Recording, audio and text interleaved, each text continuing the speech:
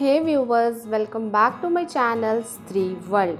आज मेरे दिन की शुरुआत हुई थी सुबह 3:30 बजे और सुबह उठने के बाद एज़ यूजुअल मैं सबसे पहले ब्रश कर ले रही हूँ और ब्रश करने के बाद मैं पीऊँगी 1 गिलास गर्म पानी ताकि मेरी नींद छूमंतर हो जाए।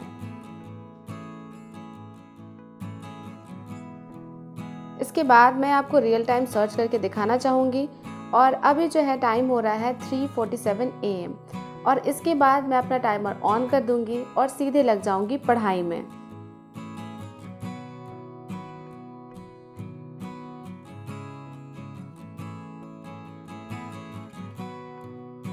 अभी मैं क्लास 8 की साइंस बुक कंप्लीट कर रही हूँ और अभी मैं चैप्टर 17 पढ़ रही हूँ। चैप्टर 17 का जो टॉपिक है वो है star and the solar system. ये चैप्टर बहुत ही ज़्यादा वास्ट था, तो इसे पढ़ने में ही मुझे बहुत ज़्यादा टाइम लग गया। इसमें बहुत सारे ऐसे फैक्ट्स थे जो लर्न करने वाले थे और बहुत सारे ऐसी चीज़ें दी हुई थी जो मुझे पहले से नहीं पता था। जैसे इस चैप्टर में सोलर सिस्टम के बारे में बताया गया था।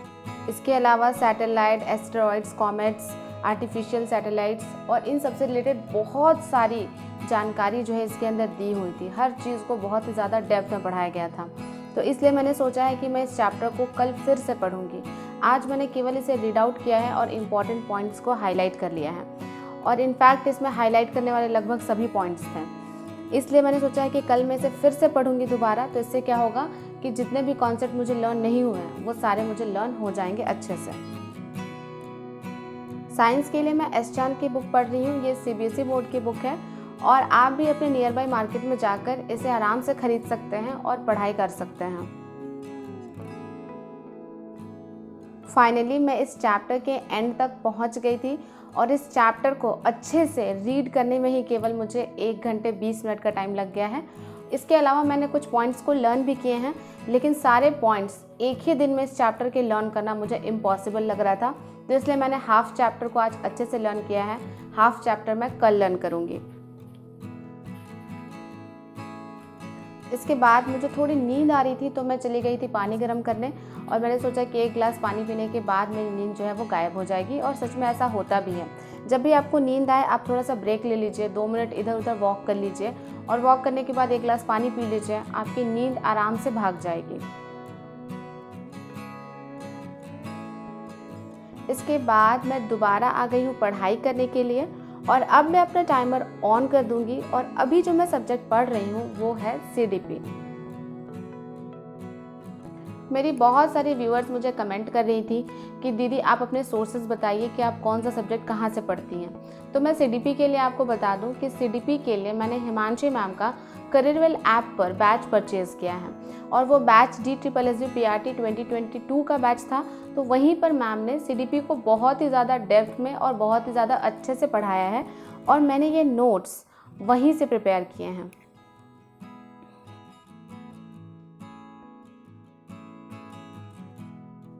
हालांकि जो मेरा बैच है DSSB PRT 2022 का, उसमें पेडागॉजी का पोर्शन अभी कंप्लीट नहीं हुआ है, क्योंकि DSSB के जो एग्ज़ाम्स होते हैं, स्पेशली जो PRT की एग्ज़ाम होती है, उसमें 100 मार्क्स की पेडागॉजी दी जाती है और उसके जो सिलेबस है वो डिफ़ाइन नहीं है। आपका जो सिलेबस है उसमें सीधे लिखा होता है कि आपने जो भी BEd में पढ़ा है उन सभी से रिलेटेड क्वेश्चंस पूछे जाएंगे। तो ऐसे में इस एग्ज़ाम के लिए पेडागॉजी को बहुत वास्ट तरीके से कवर करना इम्पॉर्टेंट हो जाता है। और अगर मैं KVS की बात करूं तो KVS में भी इस साल पेडागॉजी का जो पोर्शन है वो बढ़ा दिया गया है। टोटल 60 मार्क्स की पेडागॉजी आ रही है, तो उसमें भी हमें बहुत कुछ पढ़ना है। आज मैंने जितने भी साइंटिस्ट हैं जिन्होंने स्टेजेस ऑफ डेवलपमेंट को अलग अलग डिवाइड किया है, उन सभी को बहुत अच्छे से पढ़ रही थी। जैसे अगर मैं रॉस की बात करूं तो उन्होंने स्टेजेस ऑफ डेवलपमेंट को 4 पार्ट में डिवाइड किया है: infancy, early childhood, later childhood और एडोलेसेंस। लेकिन अगर मैं कॉल्सेनिक की बात करूं तो उन्होंने स्टेजेस ऑफ डेवलपमेंट को 8 पार्ट्स में डिवाइड किया है: prenatal, neonatal, early infancy, later infancy, early childhood, mid childhood, later childhood और एडोलेसेंस। तो ऐसे बहुत सारे साइंटिस्ट के बारे में हिमांशी मैम ने पढ़ाया है, तो उन सभी को लर्न करना बहुत मुश्किल हो रहा था मेरे लिए और जब भी मैं लर्न करती थी तो मैं भूल जाती थी। लेकिन आज मैंने इन सभी को बहुत अच्छे से लर्न किया है। कल मैंने आपको बताया था कि हम किसी भी नेगेटिव ब्रेन से पॉजिटिव रिजल्ट नहीं पा सकते हैं।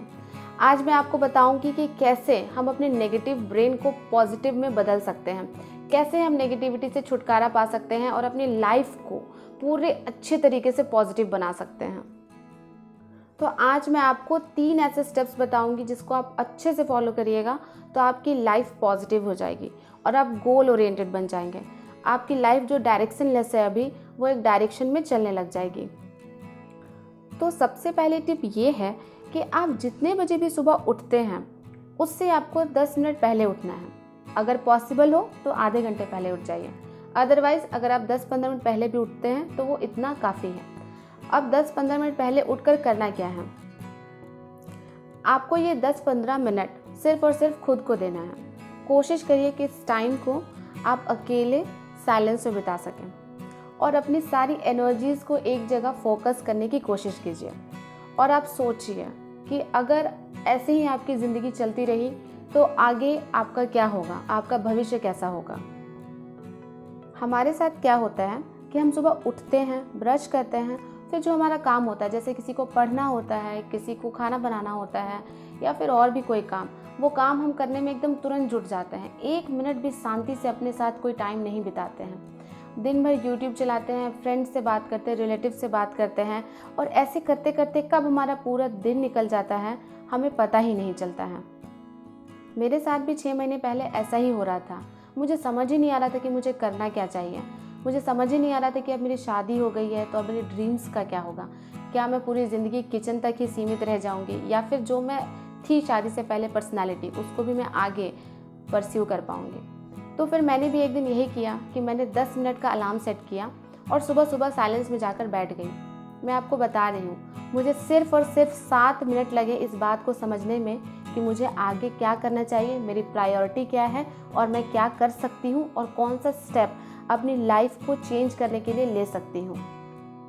मुझे उन 7 मिनट्स में समझ आ गया था कि अगर अभी पढ़ाई नहीं की तो आगे का फ्यूचर बहुत ज़्यादा टफ हो जाएगा।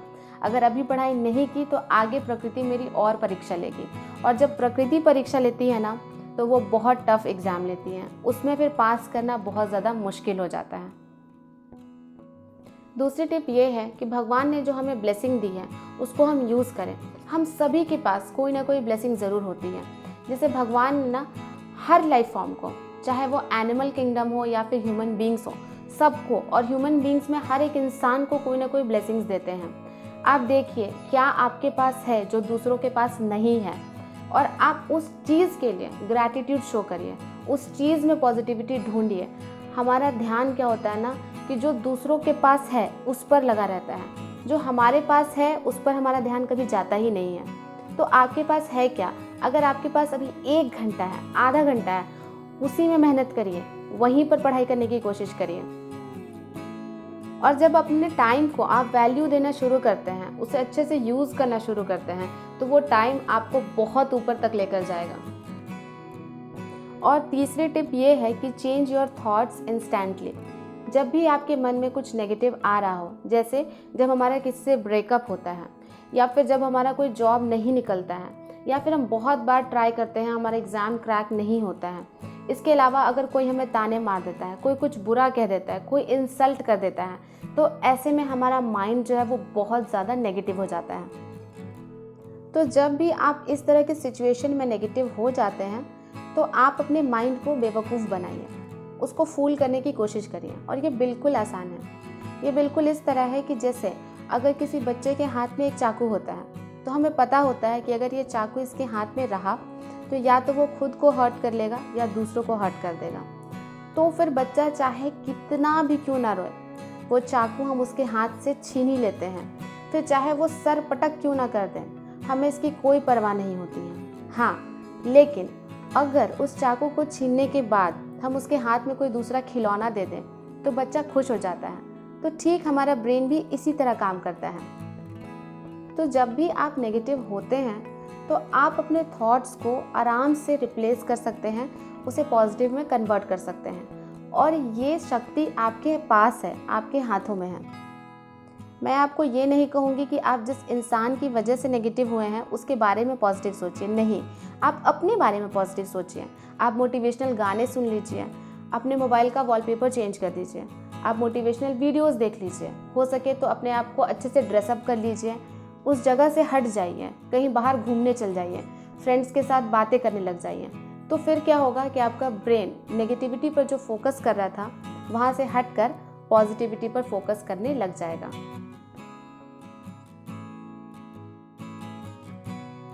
यहाँ पर मैं हिमांशी मैम की बुक से चैप्टर 5 के MCQs लर्न कर रही थी। देखिए, मैंने इस बुक को एक बार बहुत अच्छे से कंप्लीट किया था, लेकिन अब मुझे ऐसा लग रहा है कि मैं इसके MCQs जो है वो भूलती जा रही हूँ, क्योंकि इसमें टोटल 4000 क्वेश्चंस हैं और 4000 क्वेश्चंस को लर्न करके रखना कोई आसान बात नहीं होती है। इसलिए मैं बीच बीच में कोशिश करती हूँ कि मैं इसके हर दिन 50-100 इतने क्वेश्चन जो है लर्न करती जाऊँ। अभी मेरा फोकस जो है इस बुक को कंप्लीट करने में नहीं है। अभी करेंटली जो मेरा फोकस है वो ये है कि मेरा इंग्लिश और हिंदी का सिलेबस जो है वो कंप्लीट हो जाए, क्योंकि मैथ्स मेरा कंप्लीट हो चुका है। तो इससे मेरा 3 सब्जेक्ट जो है वो कंप्लीट हो जाएगा और उसके बाद जो जनवरी का महीना होगा उसमें मैं अदर सब्जेक्ट्स पर फोकस करूँगी। उस टाइम मैं स्पेशली इस बुक पर ज़्यादा ध्यान दूँगी और इस बुक को बिल्कुल अच्छे से कंप्लीट करूँगी।